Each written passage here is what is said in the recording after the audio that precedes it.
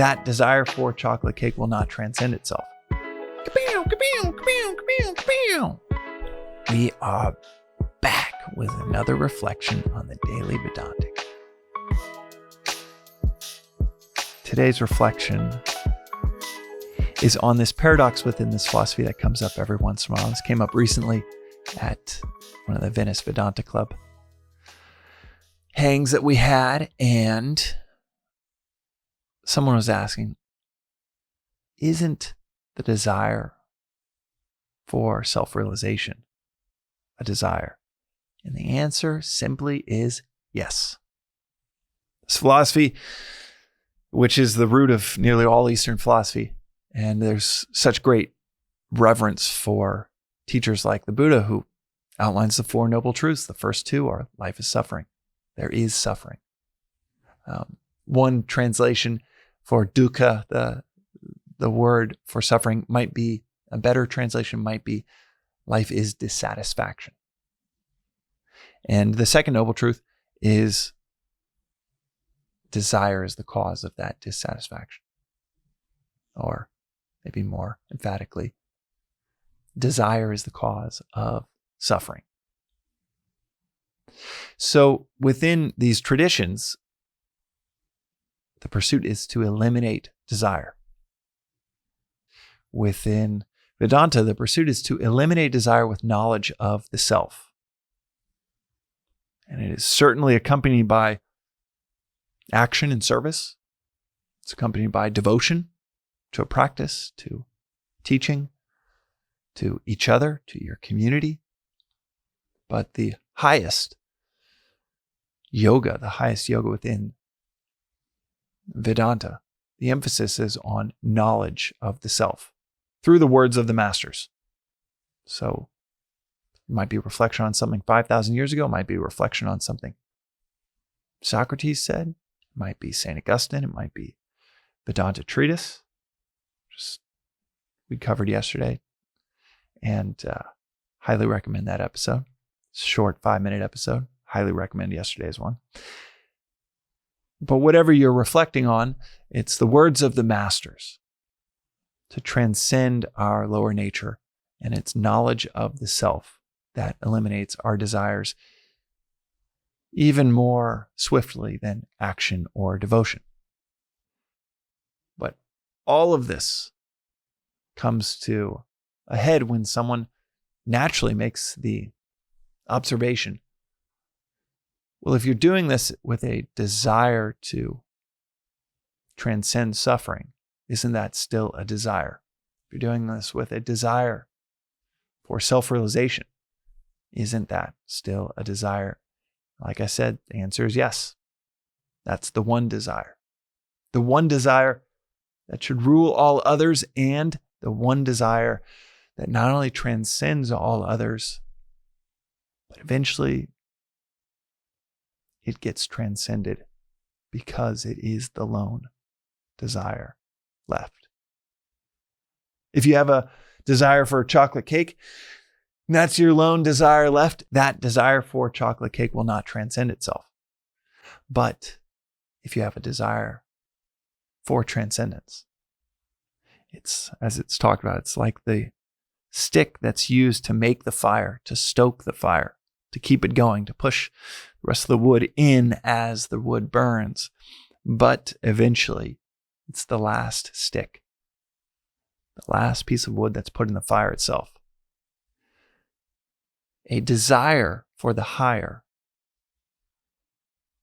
desire for the ideal, gives us direction towards the ideal, towards the higher.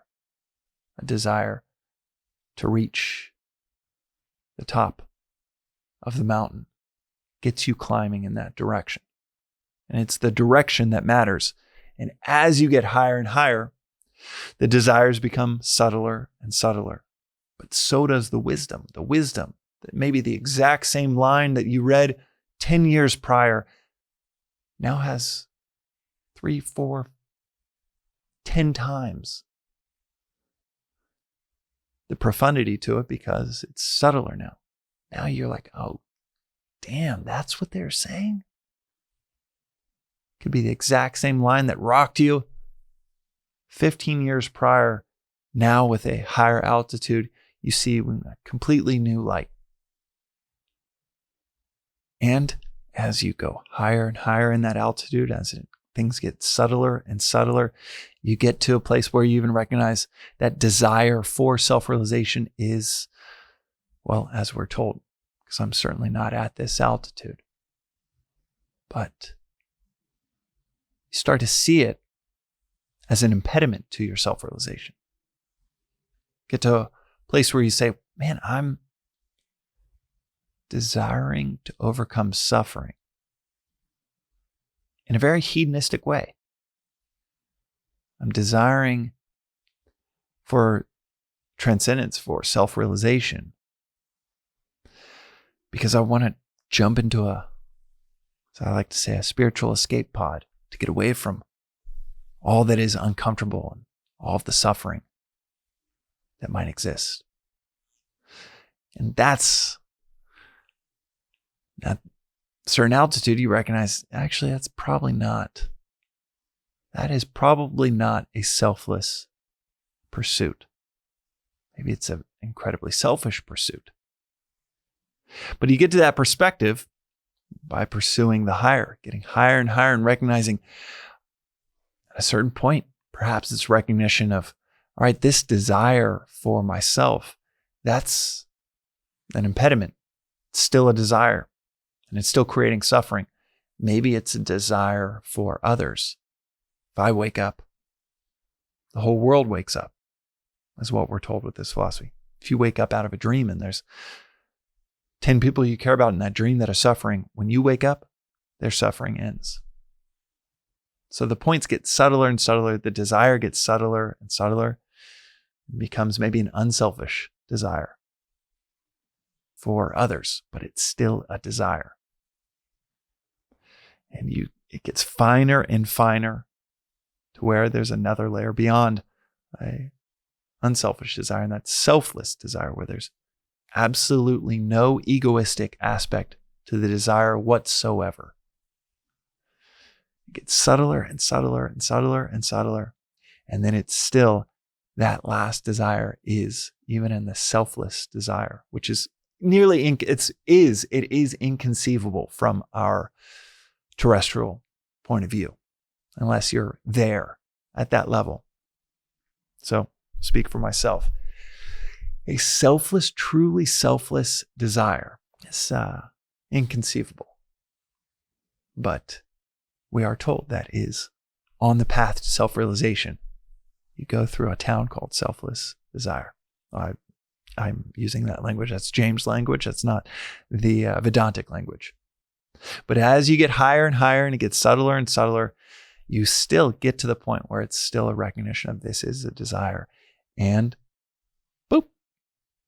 It's like the Rose from Titanic when she drops that gemstone necklace back in the ocean. You do that with that last selfless desire, boop, into the fire. And even that's eliminated. And so is your perception of a separate self. So yes, the desire for self-realization is a desire, but it is a high desire, an ideal that takes us in the right direction. But it also must be overcome, which, like so many aspects of this philosophy, is paradoxical and so fun to reflect on, because in its paradoxical nature, there's a knot to be untied. And it's quite fulfilling as we untie these knots, these seemingly irreconcilable concepts that aren't irreconcilable, they're just paradoxical. It requires transformation to see that they actually do reconcile. But they can't be reconciled with the state or perspective that we currently have. It has to be through transformation, through a higher perspective. We start to see these things, many of the things that we talk about on this podcast, as actually making quite rational sense, even though a previous version of ourselves wouldn't have thought so. And that is certainly the nature of a desire for self-realization.